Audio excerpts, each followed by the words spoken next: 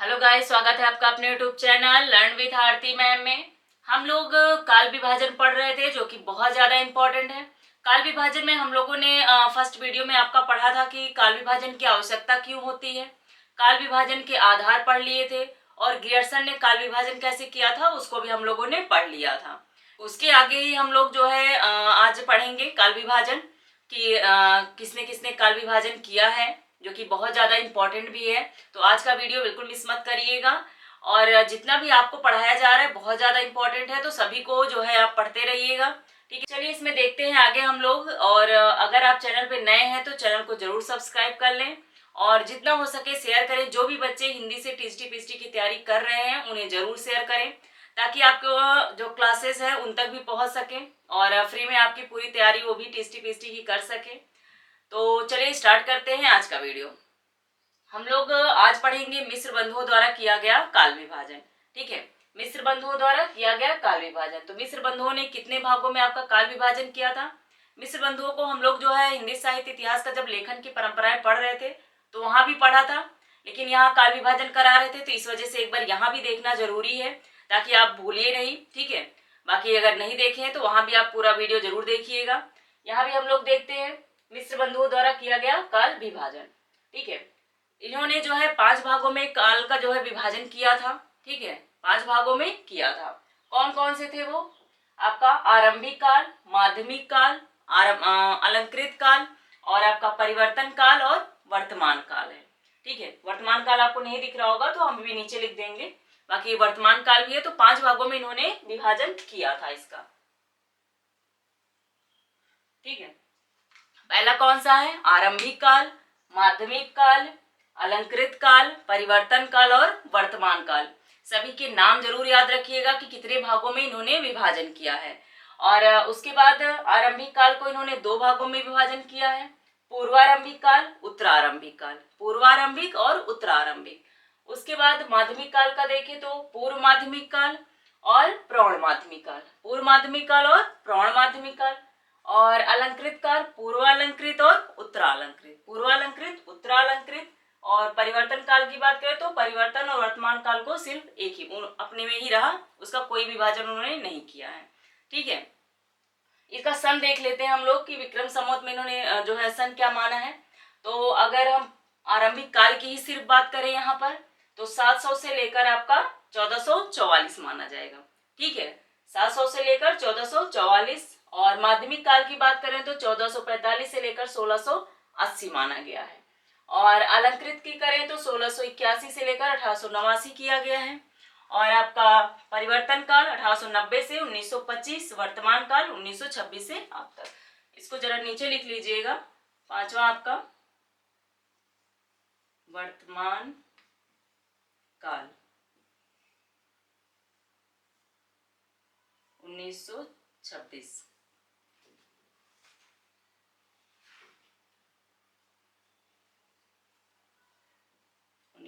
से अब तक। ठीक है, 5वां वर्तमान काल नीचे लिख लीजिएगा कि वर्तमान काल 1926 से अब तक।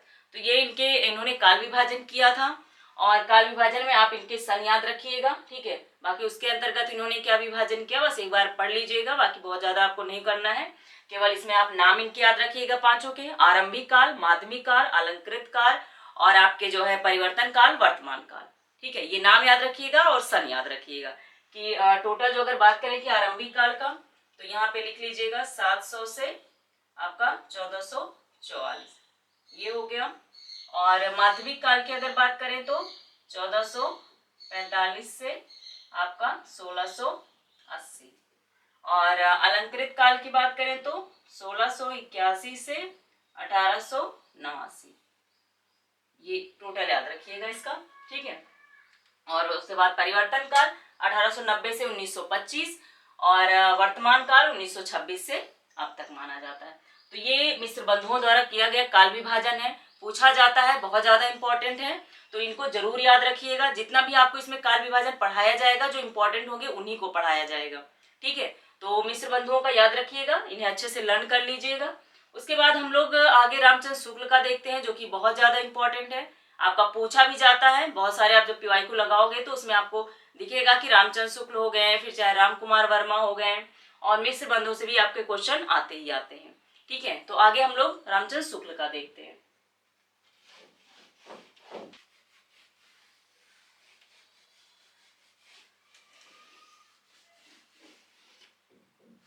आगे हम लोग रामचंद्र शुक्ल द्वारा किया गया काल विभाजन देखते हैं। तो इसमें लिख लीजिएगा, आचार्य रामचंद्र शुक्ल द्वारा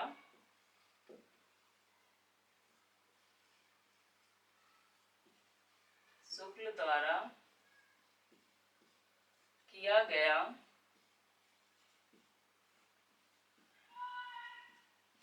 गया काल विभाजन।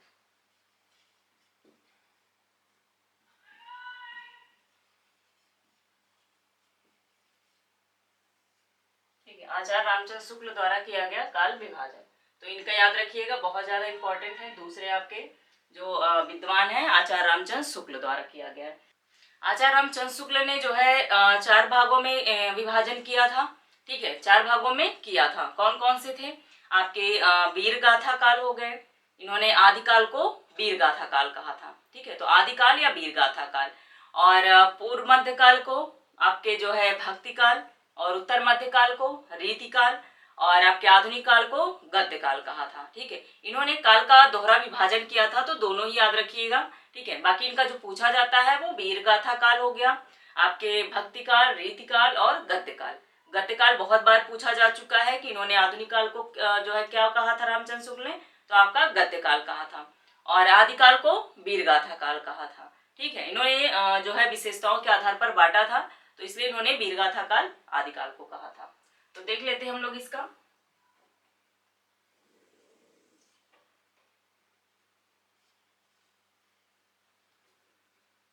फर्स्ट आदिकाल डालेंगे, आदिकाल या वीर गाथा काल, वीर गाथा काल। और दूसरा पूर्व मध्यकाल, पूर्व मध्यकाल। पूर्व मध्यकाल में जो है भक्ति काल,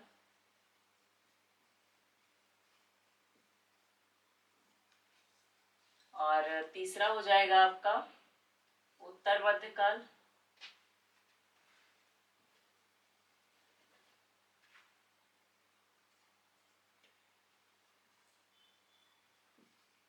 उत्तर मध्य काल, उत्तर मध्य काल।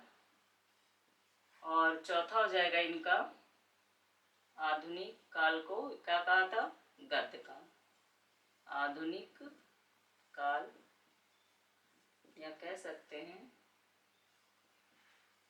गद्य काल। और यहाँ पे लिखिएगा रीति काल। ठीक है, ये इन्होंने माना था, चाहे इसे ब्रैकेट में कर लीजिएगा, ये डैश लगा लीजिएगा कि आधुनिक काल को गद्य काल कहा था, आदिकाल को वीर गाथा काल कहा, पूर्व मध्य काल को भक्ति काल और उत्तर मध्य काल को रीति काल कहा। इसका सम देख लेते हैं। 1050 से 1375 विक्रम संवत। भक्ति काल का देखेंगे तो 1375 से 1700 तक, और रीतिकाल को 1700 से 1900, और गद्य काल को अगर बात करें तो 1900 से अब तक। यादतन लिख लीजिएगा। ठीक है, सब विक्रम संवत में है, तो 1050 से 1375, 1375 से आपके 1700 तक, 1700 से 1900, 1900 से आदतन तक है। इतना इनका याद रखिएगा। इन्होंने जो है आदिकाल को वीर गाथा काल, अगर सन पूछा जाता है 1050 से 1375, पूर्व मध्यकाल यानी भक्ति काल 1300 जो है 75 से 1700 तक, और 1700 से 1900 रीति काल, और 1900 से अब तक जो है इनका आधुनिक काल था। आधुनिक काल को भी इन्होंने जो है 3 भागों में बांटा था। प्रथम उत्थान, द्वितीय उत्थान और तृतीय उत्थान में बांटा था। तो उतना आपसे नहीं पूछता है, लेकिन फिर भी एक बार देख लीजिएगा कि जो है इसे भी इन्होंने जो है 3 भागों में बांटा था। ठीक है, अगर प्रथम उत्थान की बात करें तो प्रथम उत्थान, द्वितीय उत्थान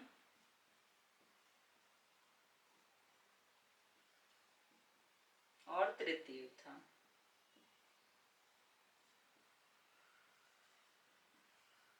प्रथम उत्थान को इन्होंने भारतेंदु युग माना था, भारतेंदु युग, और द्वितीय को इन्होंने द्विवेदी युग, रचनाकारों के आधार पर माना था। ठीक है, द्विवेदी युग, और तीसरा हो गया आपका छायावाद युग। ये हो गया। आधुनिक काल को इन्होंने 3 भागों में प्रथम, द्वितीय और तृतीय उत्थान के आधार पर बांटा था। लेकिन ये सब आपसे कुछ नहीं पूछता है।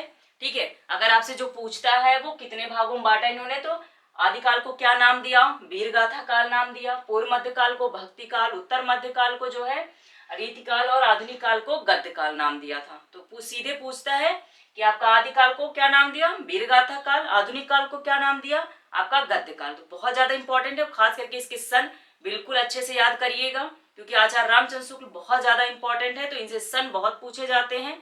आप पीवाईक्यू देखोगे तो उसमें क्वेश्चन आए हुए हैं, इनसे सन भी पूछा गया है कि वीरगाथा काल का इनका क्या था, तो 1050 से 1375, 1375 से आपके 1700, 1700 से 1900 और 1900 से 78। इसमें जितने भी काल विभाजन किए गए सब लगभग सिमिलर है। तो इस वजह से थोड़ा सा आपको अच्छे से देखना पड़ेगा कि थोड़ा बहुत डिफरेंस है इसमें याद करने के लिए। ठीक है, बिल्कुल आचार्य रामचंद्र शुक्ल को बिल्कुल भी मत भूलिएगा, इनका सन बहुत ज्यादा इंपॉर्टेंट है। और बाकी आपके पूछे जाते हैं कि आदिकाल को और भी जो है विद्वान ने क्या नाम कहा है, या तो ऐसे पूछे जाते हैं, तो सभी का आपको याद करना जरूरी है। ठीक है, आगे हम लोग देखते हैं आपके रामकुमार वर्मा ने कैसे काल विभाजन किया है और कितने भागों में किया है। ठीक है, बाकी इसको आप अच्छे से नोट कर लीजिएगा। ठीक है, आदिकाल को वीरगाथा काल 1050 से 1375, और पूर्व मध्य काल को भक्ति काल 1375 से 1700, उत्तर मध्य काल को रीति काल 1700 से 1900, और आधुनिक काल को गद्य काल कहा 1900 से आदतन। प्रथम उत्थान भारतेंदु युग, द्वितीय उत्थान द्विवेदी युग, और तृतीय उत्थान छायावाद युग। आगे हम लोग रामकुमार वर्मा के द्वारा देखते हैं कि रामकुमार वर्मा ने कितने भागों में बांटा है। तो इन्होंने 4 भागों में बांटा है आपका। ठीक है, काल विभाजन 4 भागों में किया है। तो हेडिंग डाल लीजिएगा। तीसरे आपके कौन है, डॉक्टर रामकुमार वर्मा। रामकुमार वर्मा द्वारा, डॉक्टर रामकुमार वर्मा द्वारा काल विभाजन।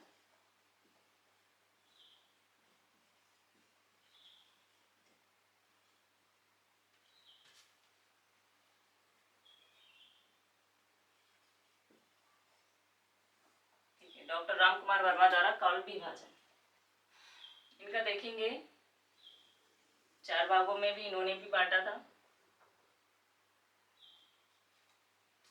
सबसे पहले इन्होंने आदिकाल को संधिकाल और चारण काल कहा था। तो इनका यही क्वेश्चन पूछा जाता है कि इन्होंने आदिकाल को क्या माना। तो आपके संधिकाल और चारण काल किसने माना, रामकुमार वर्मा ने माना। ठीक है, रामचंद्र शुक्ल ने क्या माना था, वीरगाथा काल माना था। रामकुमार वर्मा ने संधिकाल या चारण काल किसको कहा, आदिकाल को कहा। तो ये बहुत ज्यादा क्वेश्चन पूछे जाते हैं, तो बिल्कुल याद रखिएगा कि रामकुमार वर्मा ने आदिकाल को संधिकाल या चारण काल कहा था। ठीक है, तो इसे लिखिएगा संधि काल या चारण काल।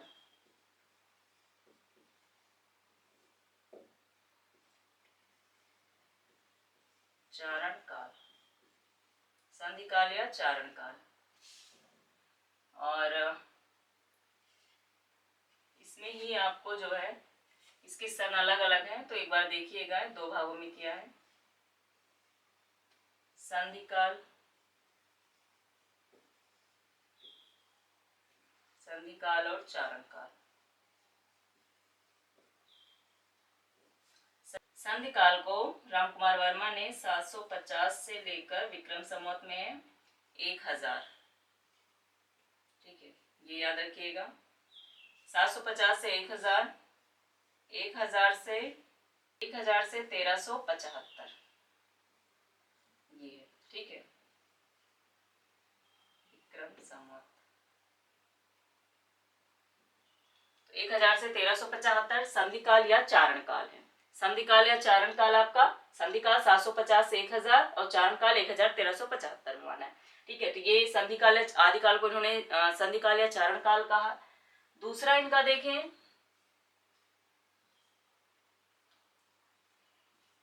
भक्तिकाल,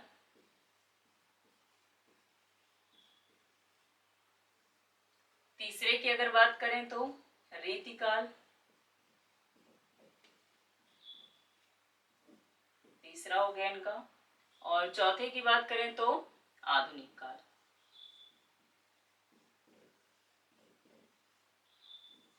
आधुनिक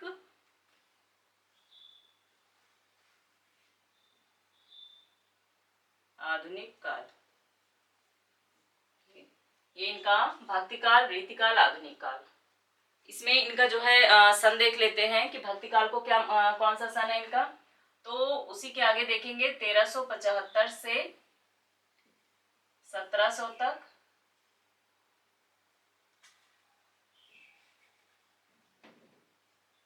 1375 से 1700 तक, और 1700 से 1900 तक, और 1900 से आध तक, ठीक है। आप देख रहे होंगे कि रामकुमार वर्मा के भी सन कहीं ना कहीं मैच करते हैं। आदिकाल हो गया, थोड़ा सा डिफरेंस है कि 750 से इनका स्टार्ट है, 750 से 1000 विक्रम संवत में है। चारण काल 1000 से 1375, बाकी भक्तिकाल का भी 1375 से आपका 1700 तक, और रीतिकाल का 1700 से 1900, 1900 से आधुनिक काल का है, ठीक है। तो ये रामकुमार वर्मा के द्वारा किया गया काल विभाजन, इनका मोस्ट इंपॉर्टेंट जो है आप इसमें लगाइएगा, ठीक है। इनका यही पूछा जाता है कि आदिकाल को इन्होंने क्या नाम दिया, तो संधिकाल या चारण काल नाम दिया है, ठीक है। आदिकाल को क्या नाम दिया, संधिकाल या चारण काल, याद रखिएगा। बाकी रामचंद्र शुक्ल ने क्या नाम दिया था, वीर गाथा काल। आधुनिक काल को क्या कहा था, गद्य काल कहा था, ठीक है। तो इनका ये याद रखिएगा। बाकी भक्तिकाल, रीतिकाल, आधुनिक काल जो है इन्होंने भी बांटा था, और अगर पर्टिकुलर यही का पूछा जाता है तो आप पूरा याद रखिएगा, ठीक है, कि आगे क्या क्या बांटा। बाकी डिफरेंस क्या है वो जरूर याद रखिएगा कि आदिकाल को इन्होंने संधिकाल या चारण काल कहा था। उसके बाद हम लोग आगे देखते हैं आपके हजारी प्रसाद द्विवेदी का जो है इन्होंने काल विभाजन क्या किया था, इसको बाकी नोट कर लीजिएगा, जो कि बहुत ज्यादा इंपॉर्टेंट है।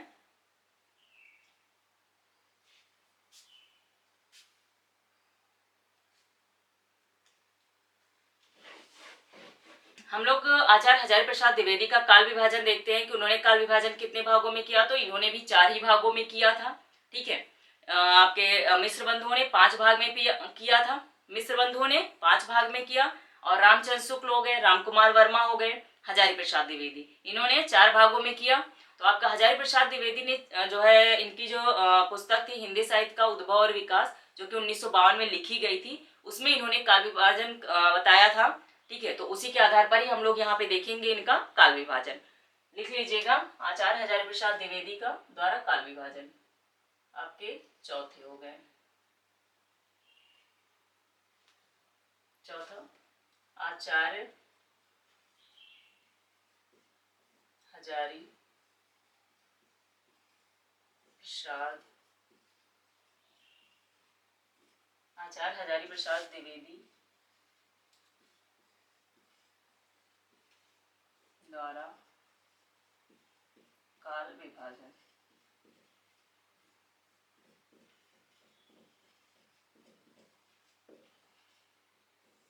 आचार्य हजारी प्रसाद द्विवेदी द्वारा काल विभाजन।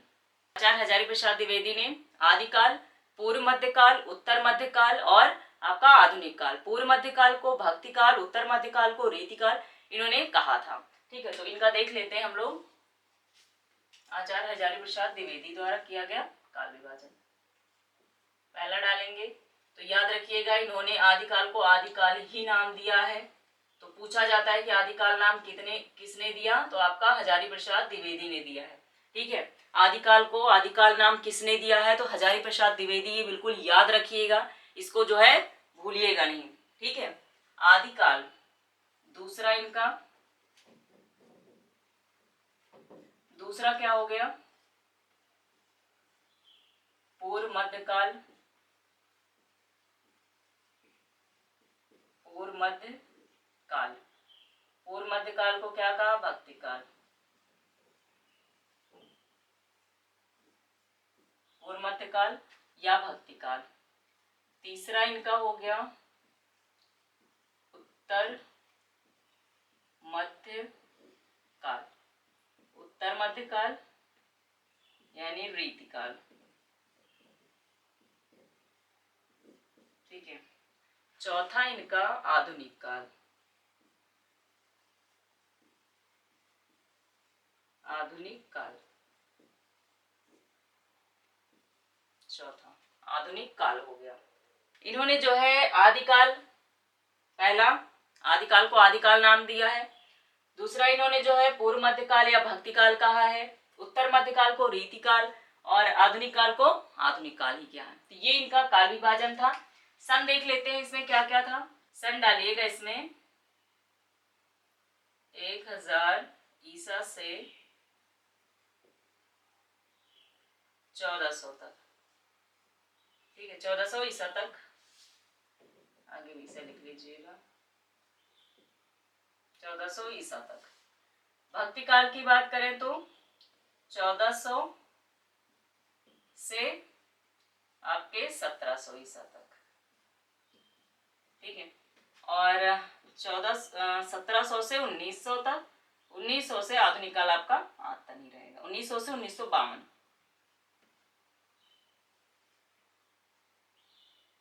1700 से 1900 ईसा। और आधुनिक काल को जो इन्होंने माना है वो 1900 से 1900 ईसा से 1952 माना है, ठीक है। इन्होंने 1900 से 1952 आधुनिक काल को माना है कि आधुनिक काल जो है वो 1900 से 1952 ही तक है। बाकी आदिकाल को 1000 ईसा से 1400 ईसा तक माना है। पूर्व मध्यकाल भक्ति काल को कहें तो 1400 से 1700 तक, 1700 से 1900 तक रीतिकाल या उत्तर मध्यकाल को कहा है, और 1900 से 1952 तक आधुनिक काल को कहा है। तो इनका सन याद रखिएगा कि इन्होंने 1000 से स्टार्टिंग की है, ठीक है। आपका रामचंद्र शुक्ल ने 1050 से 1375 आदिकाल को माना था, और जो आपके राम कुमार वर्मा थे उन्होंने 750 ईसा से स्टार्ट किया, और इन्होंने जो है 1000 से, ठीक है। तो ये याद रखिएगा कि स्टार्टिंग याद रहेगी, बाकी आगे आप कर ले जाओगे क्योंकि लगभग सभी के आसपास ही हैं। फिर वो 1400 से 1700, 1700 से 1900, 1900 से 1952 है। ज्यादातर ने 1900 से आता नहीं कहा है कि अब तक माना है, लेकिन इन्होंने जो है 1900 से 1952 ही माना है। तो इनका काल विभाजन भी याद रखिएगा, ठीक है। आपके जितने इंपॉर्टेंट है केवल उन्हीं का ही लिखाया जाएगा, तो सभी को अच्छे से आप याद रखेंगे, ठीक है। आज हम लोगों ने 4 विद्वानों के काल विभाजन देख लिए थे। आगे हम लोग जो है आपके 2-3 जो बचे हुए हैं उसको देखेंगे। बाकी थोड़ा सा शॉर्ट लिस्ट भी बना लेंगे कि आदिकाल या भक्तिकाल को किसने क्या जो है डिफरेंस नाम जिसका है उसको लिख लेंगे, ठीक है। तो वो नेक्स्ट वीडियो में हम लोग पढ़ेंगे। और आप सभी को जो है नवरात्रि की बहुत बहुत शुभकामनाएं। अच्छे से पढ़िएगा और अच्छे से तैयारी करिएगा, आपकी बार जरूर सिलेक्शन लीजिएगा। चलिए आज के लिए इतना ही। Okay guys, thank you.